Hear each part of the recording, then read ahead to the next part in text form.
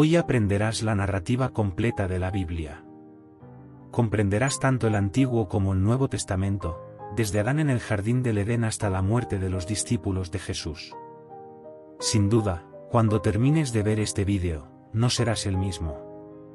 Amarás aún más la palabra de Dios. Claro, esto solo ocurrirá si abres tu corazón a la palabra de Dios. Si tienes dificultades para entender la Biblia, en este vídeo podrás comprender. Y después de ver todo lo que se enseñará, estoy seguro de que serás fortalecido, serás iluminado con las Escrituras. Todo lo que se enseña aquí está contenido en el libro Panorama de la Historia Cristiana, escrito por el pastor Hernández Díaz López. Todo comenzó en el principio. Antes del inicio, solo existía Dios. Él nunca dejó de existir, perdura desde la eternidad. Él no tuvo origen, es el origen de todo. No fue creado, es el hacedor de todas las cosas. No comenzó a existir, es el Padre de la eternidad. La eternidad es un atributo propio de Dios. En el principio, Dios creó los cielos y la tierra. En el sexto día, Dios creó al hombre a su imagen y semejanza, y del hombre creó a la mujer. Adán y Eva fueron creados perfectos, inmaculados e inocentes. Tenían plena comunión con Dios. Vivían regocijados en el jardín de Dios, como mayordomos de la creación de Dios. Sin embargo, cayeron en pecado, y toda la raza humana fue precipitada en ese abismo de depravación total, pues todos estábamos en Adán. Adán y Eva tuvieron dos hijos, Caín y Abel. Por envidia, Caín mató a su hermano, convirtiéndose en el primer homicida y fratricida de la historia. Más tarde, Adán y Eva tuvieron otro hijo, Set. De él comenzó a surgir una progenie santa que se volvió hacia Dios.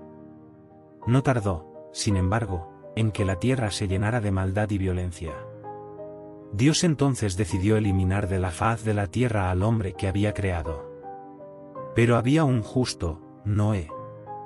Por eso, Dios derramó el juicio mediante el diluvio, salvando a Noé, a su esposa y a sus tres hijos, Sem, Cam y Jafet, con sus respectivas esposas, en un arca construida por ellos.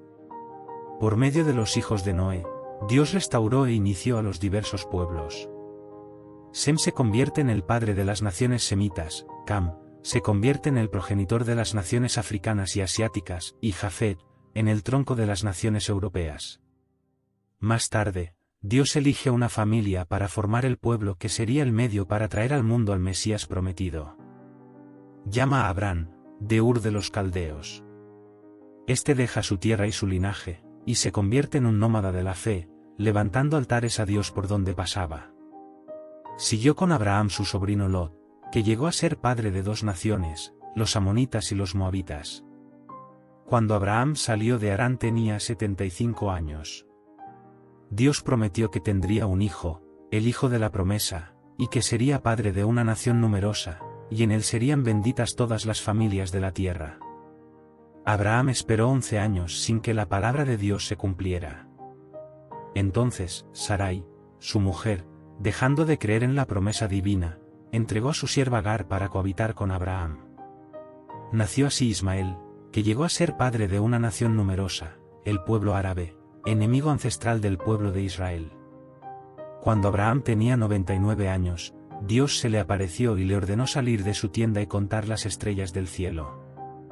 Entonces le dijo que su descendencia sería tan numerosa como las estrellas del cielo y la arena del mar, pero también que su linaje sería esclavo por un periodo de 430 años.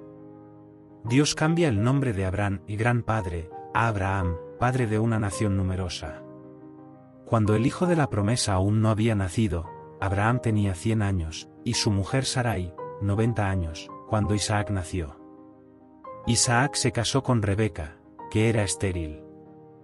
Después de 20 años de casados, Rebeca fue curada, y les nacieron dos hijos gemelos, Esaú y Jacob.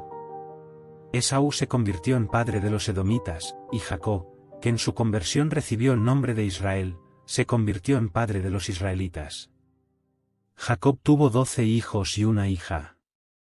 Por medio de José, el penúltimo hijo, la familia de Jacob se mudó a Egipto con 70 personas. Allí habitaron la tierra de Gosén, una región fértil. Esas 70 personas se incrementaron de manera asombrosa. Después de 400 años en Egipto, salieron de allí bajo el liderazgo de Moisés con 600.000 hombres, sin contar mujeres y niños, es decir, alrededor de 2 millones de personas. La peregrinación por el desierto hacia la tierra prometida, que debía hacerse en 3 meses, llevó 40 años debido a la incredulidad del pueblo. De los 12 espías que fueron a conocer la tierra prometida, 10 regresaron con un informe pesimista e incitaron y amotinaron al pueblo contra Dios y Moisés. Ante los gigantes de esas tierras, se sintieron como saltamontes y minimizaron el poder de Dios. Entonces, Dios los castigó severamente, condenando a todo ese pueblo a perecer en el desierto, permitiendo que solo Josué y Caleb, los espías creyentes, entraran en la tierra prometida. El pueblo de Israel anduvo en círculos en el desierto durante 40 años, un año por cada día que espiaron la tierra. El desierto se convirtió en el mayor cementerio del mundo, donde pereció toda aquella generación que salió de Egipto, excepto los 2 hombres que se atrevieron a confiar en Dios. Tras los 40 años de peregrinación, tenemos 6 años de ocupación de la tierra bajo el liderazgo de Josué, pero aún quedaba mucha tierra por conquistar. Josué, siervo de Moisés, introdujo al pueblo en la tierra prometida por un llamado de Dios y por una preparación extraordinaria. Después de la muerte de Josué, comienza una larga fase de 330 años de gobierno teocrático, llamado Período de los Jueces. Fue un tiempo de gran inestabilidad espiritual y de altibajos en la vida de Israel. En el tiempo de los jueces, el pueblo hacía lo que le venía en gana, debido a la terquedad del corazón del pueblo de Israel. Este fue oprimido por muchos enemigos. En ese tiempo, Dios levantó líderes de gran talla, como Gedeón, Jefté, Sansón y Samuel. Después de ese largo periodo, vino una nueva fase, la monarquía. El pueblo de Israel, mirando a las naciones vecinas, pidió un rey. El pueblo ya no quería que Dios gobernara sobre él. Samuel, el último juez, entonces unge a Saúl como rey sobre Israel. Saúl gobierna por 40 años. Comienza bien y termina mal.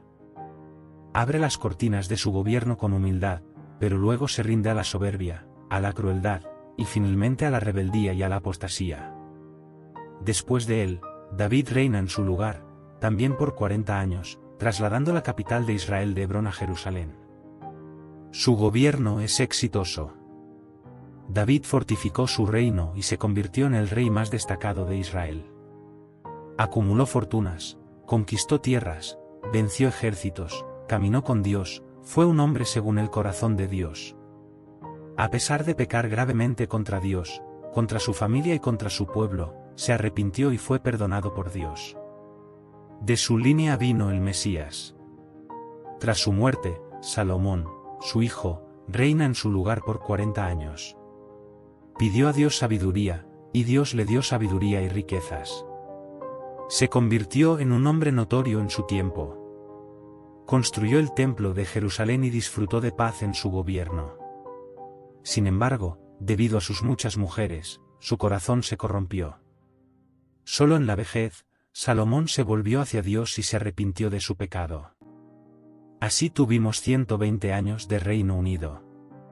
Saúl cayó en las redes de la hechicería, David en la trampa del adulterio, y Salomón en las garras de la idolatría. Dios atendió al deseo del corazón del pueblo, dándoles reyes, pero el pueblo tuvo que sufrir las consecuencias de esa insensata elección. Tras la muerte de Salomón, el reino se dividió, porque su hijo Roboam se negó a tener en cuenta el clamor del pueblo para aliviar los impuestos abusivos. La pompa, el fausto y el lujo del gobierno salomónico eran sostenidos por los brazos de los trabajadores. Ellos, agobiados por impuestos exorbitantes, aprovecharon la transición de gobierno para reivindicar cambios. Como no tuvieron éxito, no pudieron caminar con el nuevo rey. Así, 10 de las 12 tribus conspiraron contra Roboam y siguieron a un nuevo líder, Jeroboam I, formando el Reino del Norte, cuya capital se convirtió en Samaria. El Reino del Norte perduró 209 años. Este reinado tuvo 19 reyes, procedentes de 8 diferentes dinastías. Ninguno de estos reyes fue devoto, todos se apartaron de Dios y continuaron los caminos de Jeroboam I. Este rey resolvió usar la religión por motivos políticos, temiendo que sus súbditos buscaran Jerusalén para adorar en el templo y fueron así atraídos políticamente por los reyes de Judá. Jeroboam decidió erigir templos en el reino del norte, en Betel, Gilgal y Berbe. En ellos colocaron un becerro de oro e incitó al pueblo a adorarlo como si fuera el propio Dios. Todos los 19 reyes del reino del norte siguieron ese camino, todos fueron malvados y perversos. Ninguno buscó a Dios. El Señor levantó en ese tiempo algunos profetas para reprochar el pecado de los reyes de la nación, de los profetas de la conveniencia, y de los sacerdotes sobornados por dinero. Dios levantó en ese tiempo a los profetas Amós, Oseas y Miqueas. Ellos valientemente enfrentaron los desvíos de la nación, desde el palacio hasta las chabolas, desde los templos rivales hasta el comercio, desde las calles hasta los campos. Reprobaron la corrupción política y alzaron la voz contra la religión prostituta. Emitieron el libelo acusatorio de Dios contra los poderes ejecutivo y legislativo, que se habían corrompido. Denunciaron la injusticia social y la represión económica, convocando al pueblo al arrepentimiento, pero sus mensajes cayeron en oídos sordos. En el gobierno de Acab, por medio de su mujer Jezabel, se difundió en Israel la perniciosa creencia en Baal, el dios cananeo de la prosperidad. En ese tiempo, Dios levantó al profeta Elías para exponer a esa divinidad pagana y derribar la credibilidad del ídolo abominable. Aún en ese reino, Dios llamó a Eliseo para sustituir a Elías y llevar a cabo un ministerio prodigioso. Pero, como Israel no quiso escuchar la voz de Dios, el Señor usó el lenguaje de la vara y trajo a Asiria contra la nación de Israel. Asiria fue la vara de la ira de Dios contra Israel. Era un imperio expansionista, guerrero y sanguinario. Siempre que dominaba un pueblo, practicaba barbaries y atrocidades contra los dominados. Normalmente, al entrar en una ciudad o villa, dejaba los cuerpos mutilados, apilando cabezas en la puerta de las ciudades conquistadas, exponiendo a las personas a la más amarga deshonra. Tras llevar al pueblo del norte al cautiverio, el rey Sargón II envió a la tierra de Israel una mezcla de otros pueblos, formando allí una gran mezcla de razas. Sabía que esa acción racial debilitaría el potencial de permanencia de un pueblo. Así, con esa mezcla racial, se formó en Israel un pueblo híbrido llamado samaritano, que se convirtió en un enemigo fiero del pueblo de Judá. El reino del sur, constituido por las tribus de Benjamín y Judá, tuvo 20 reyes, varios de los cuales fueron piadosos, como Asa, Josafat, Ezequías, Jotán, Joás y Josías. Siempre que un rey devoto subía al trono, la nación florecía y crecía económica, moral, social y espiritualmente. En el reino del sur, para cumplir la profecía de que el Mesías vendría de la casa de David, gobernó solo una única dinastía. Para hablar al pueblo de Judá, Dios levantó varios profetas, como Isaías, Miqueas, Joel, Sofonías y Jeremías. La nación también se degeneró profundamente, no dando oídos a la voz de Dios.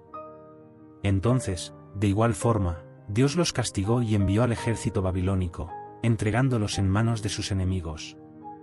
El pueblo de Judá fue llevado al cautiverio babilónico. El reino del sur, llamado Judá, subsistió 345 años. Después de 2 incursiones, Nabucodonosor invadió Jerusalén, destruyó su glorioso templo y llevó al pueblo al cautiverio, dejando la ciudad bajo tremendo oprobio. El pueblo estuvo en el cautiverio durante 70 años, conforme a la profecía dada por Dios al profeta Jeremías.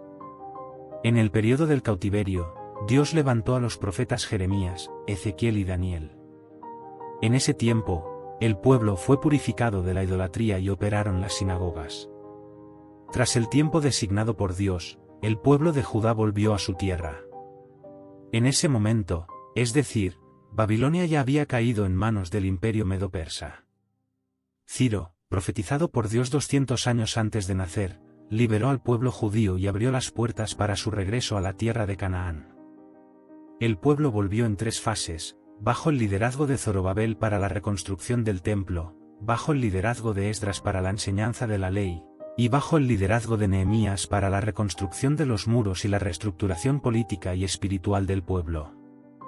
Tan pronto como llegaron del cautiverio e iniciaron la reconstrucción del templo, el pueblo judío comenzó a enfrentar problemas. Primero, los samaritanos astutamente quisieron unirse a ellos en la obra con el fin de desestabilizar. Como la oferta de la asociación fue rechazada, los samaritanos, en una segunda etapa, comenzaron a amenazarlos. A continuación, los samaritanos escribieron al rey Artajerjes, acusando a los judíos de conspiración contra el reino medo-persa. Ante esa funesta persecución, la obra del templo fue paralizada durante unos 20 años.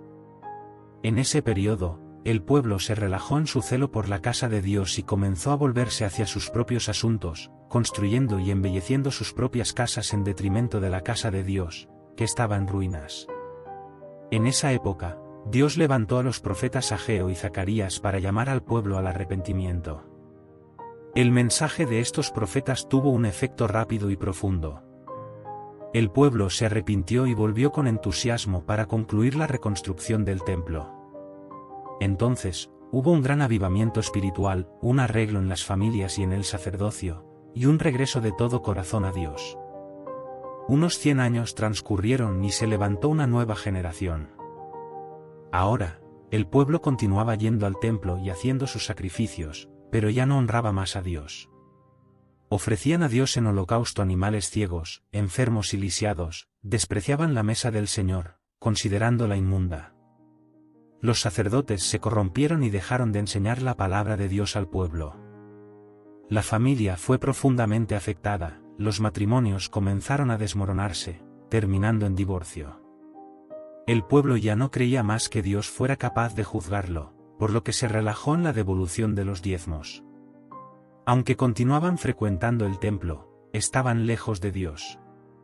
En ese tiempo, Dios levantó a Malaquías para llamar al pueblo al arrepentimiento.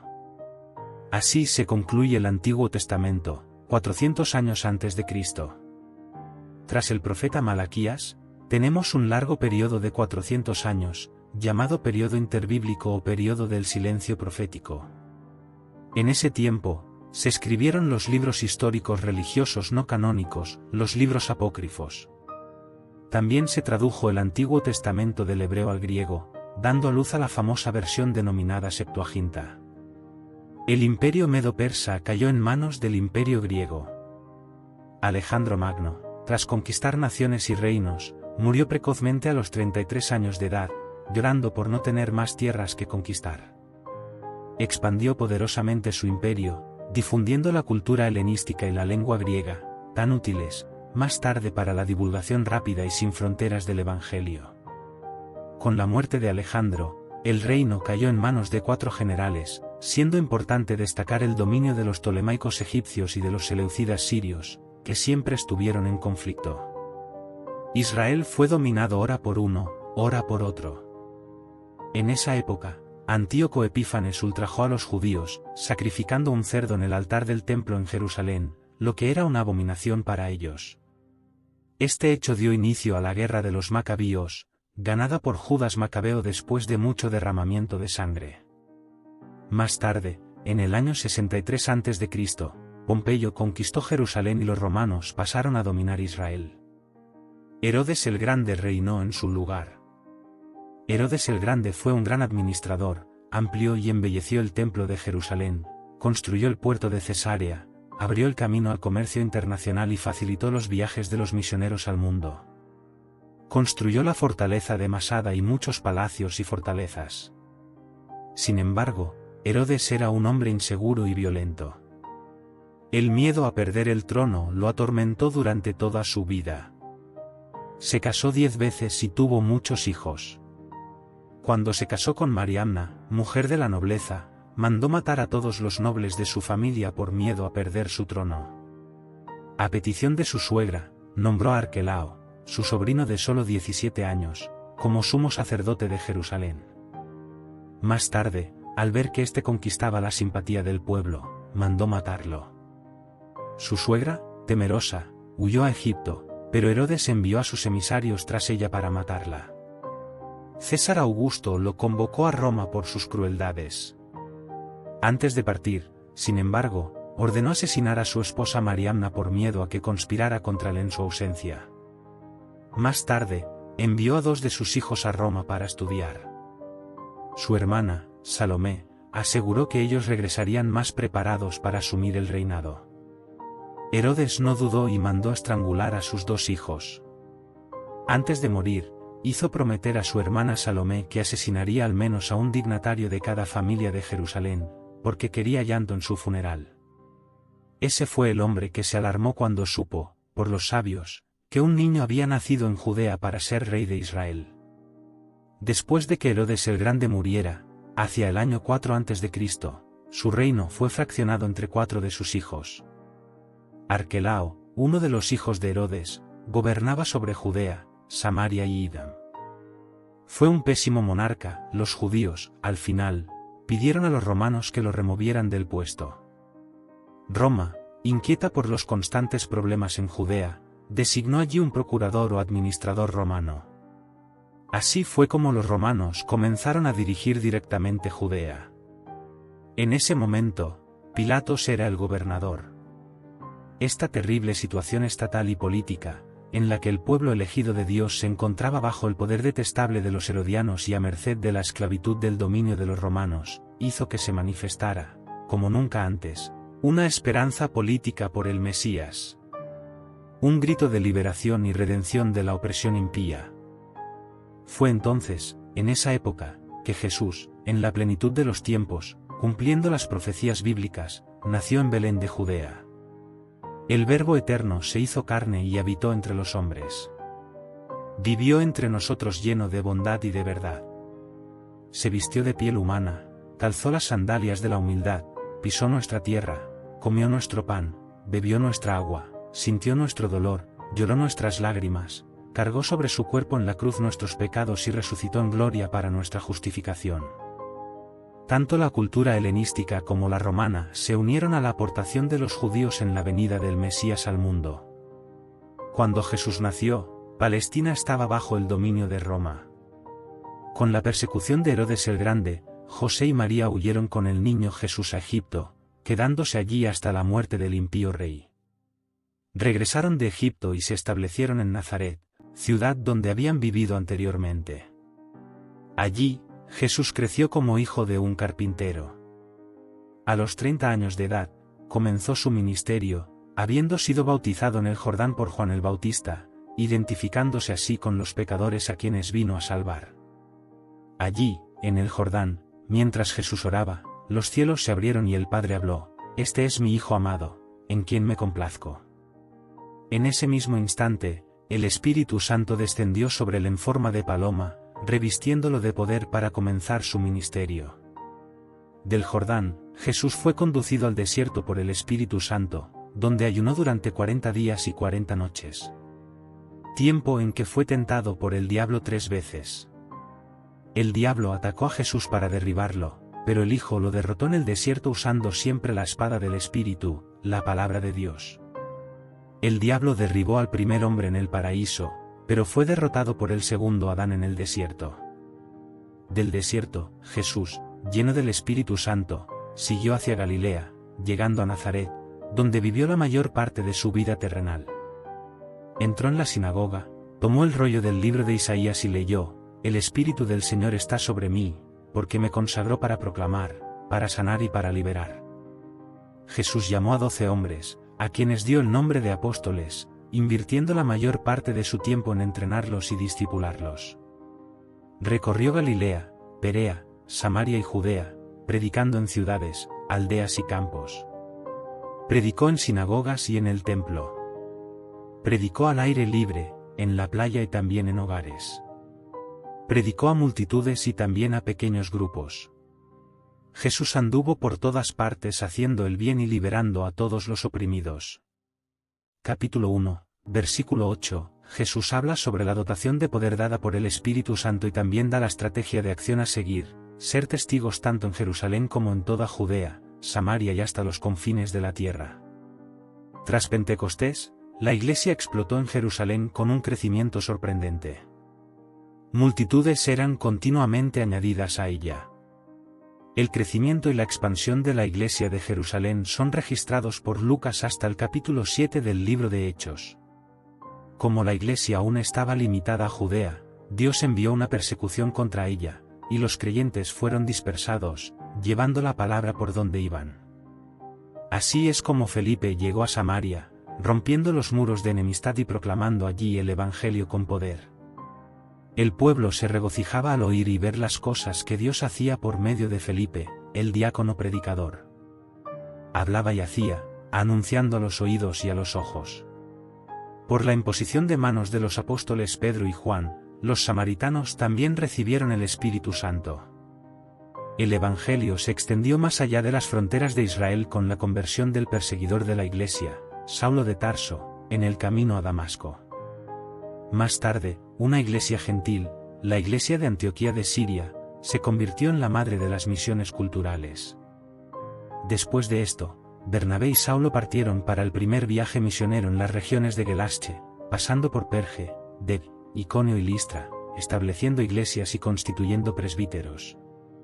En el segundo viaje misionero, Pablo y Silas fueron a las provincias de Macedonia y Acaya, plantando iglesias en Filipos, Tesalónica, Berea y Corinto.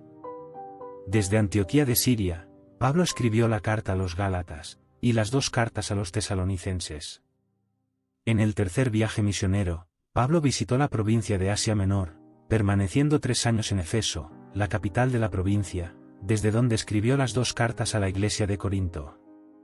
En esa ciudad cosmopolita de más de 300.000 habitantes, había el templo de la diosa Diana, un palacio de mármol 4 veces mayor que el Partenón de Atenas, una de las 7 maravillas del mundo antiguo. En los años que Pablo pasó en Asia Menor, se plantaron iglesias en toda la provincia, como las de Pérgamo, Tiatira, Sardes, Filadelfia, Laodicea, Colosas y Hierápolis. Debido a la hambruna que asoló el mundo en tiempos del emperador Claudio, los judíos fueron expulsados de Roma, según se registra en el libro de Hechos, capítulo 18, versículo 2. Pablo entonces hizo una gran colecta entre las iglesias gentiles para llevarla a los pobres de Judea. Al embarcarse rumbo a Jerusalén, comunicó a los ancianos de Efeso que, de ciudad en ciudad, lo que lo aguardaba eran cadenas y tribulaciones. Sin embargo, no consideraba su propia vida para cumplir su ministerio de anunciar el Evangelio de la gracia de Dios. Antes de embarcar hacia Jerusalén, escribió su epístola más sólida, la carta a los romanos, donde compartió su anhelo de visitar la capital del imperio y compartir con la Iglesia la palabra, siendo por ella enviado hasta España. A pesar de llevar significativa ayuda financiera a los pobres de Judea, Pablo fue arrestado en Jerusalén y de allí trasladado a Cesarea, donde fue acusado durante 2 años por los judíos bajo la tutela de los gobernadores Félix y Festo. Ante la tendencia de Festo de entregarlo en manos del Sanedrín, que planeaba su muerte, Pablo, usando los privilegios de su ciudadanía romana, optó por ser juzgado en Roma. En el viaje hacia la capital del imperio, enfrentó un terrible naufragio. El barco se despedazó por completo, pero todos los pasajeros y tripulantes fueron salvados milagrosamente, conforme a la promesa de Dios a Pablo. En la isla de Malta, donde llegaron, una víbora mordió la mano de Pablo, pero Dios neutralizó el veneno letal de la serpiente y aún usó a su siervo para curar a todos los enfermos de la isla. Así, los malteses enviaron a Pablo a Roma con todas sus necesidades cubiertas. Allí, permaneció preso durante 2 años en una casa alquilada. Desde allí, Pablo evangelizó a la guardia pretoriana, alentó a los creyentes a trabajar y escribió cartas a los efesios, a los filipenses, a los colosenses y a Filemón. Tras ese periodo, Pablo fue liberado de la prisión. Luego, escribió la primera carta a Timoteo y la carta a Tito. Pero a partir del año 64, la persecución a la iglesia, en vez de ser religiosa, pasó a ser política, y Pablo regresó a la prisión, siendo encerrado en una mazmorra, un sótano subterráneo oscuro, húmedo e insalubre. El 17 de julio del año 64, la ciudad de Roma, con más de 1 millón de personas, fue incendiada. Nerón, el emperador, vestido de actor, subió a lo alto de la torre de Mecenas, desde donde observó el espantoso espectáculo de las llamas devorando la ciudad. Fueron 7 noches y 6 días de incendio. Cuando las llamas se apagaron, el 70% de la ciudad estaba destruida. De los 14 barrios de Roma, 10 de ellos fueron devastados por las llamas. Los 4 barrios antes densamente poblados por judíos y cristianos dieron a Nerón un alibi para culpar a los cristianos del incendio de Roma. Comienza entonces una brutal persecución a la Iglesia. Faltó madera para hacer cruces, tal era la cantidad de creyentes crucificados. Los creyentes eran atados en postes, cubiertos de brea y quemados vivos para iluminar las noches de Roma. Fue una verdadera masacre. Desde esa segunda prisión, Pablo escribió su última epístola, la segunda carta a Timoteo. En ella relató la llegada de su propio martirio y la gloriosa esperanza de tomar posesión de la corona de justicia. Así, alrededor del año 67, el veterano apóstol fue decapitado, dejando, sin embargo, para las generaciones posteriores un bendito legado. El Nuevo Testamento fue escrito en un periodo de 50 años. Tenemos 4 libros gráficos, los 4 evangelios, y 3 de ellos son sinópticos, es decir, vistos desde una misma perspectiva, Mateo, Marcos y Lucas. El énfasis de Mateo es presentar a Jesús como Rey de los judíos. Escrito para los judíos, tiene el mayor volumen de citas del Antiguo Testamento y es el más judío de los evangelios. El énfasis de Marcos es presentar a Jesús como siervo. Escrito para los romanos, es un evangelio que se concentra en las obras de Jesús más que en sus enseñanzas. El evangelio de Lucas se enfatiza a Jesús como Hijo del Hombre.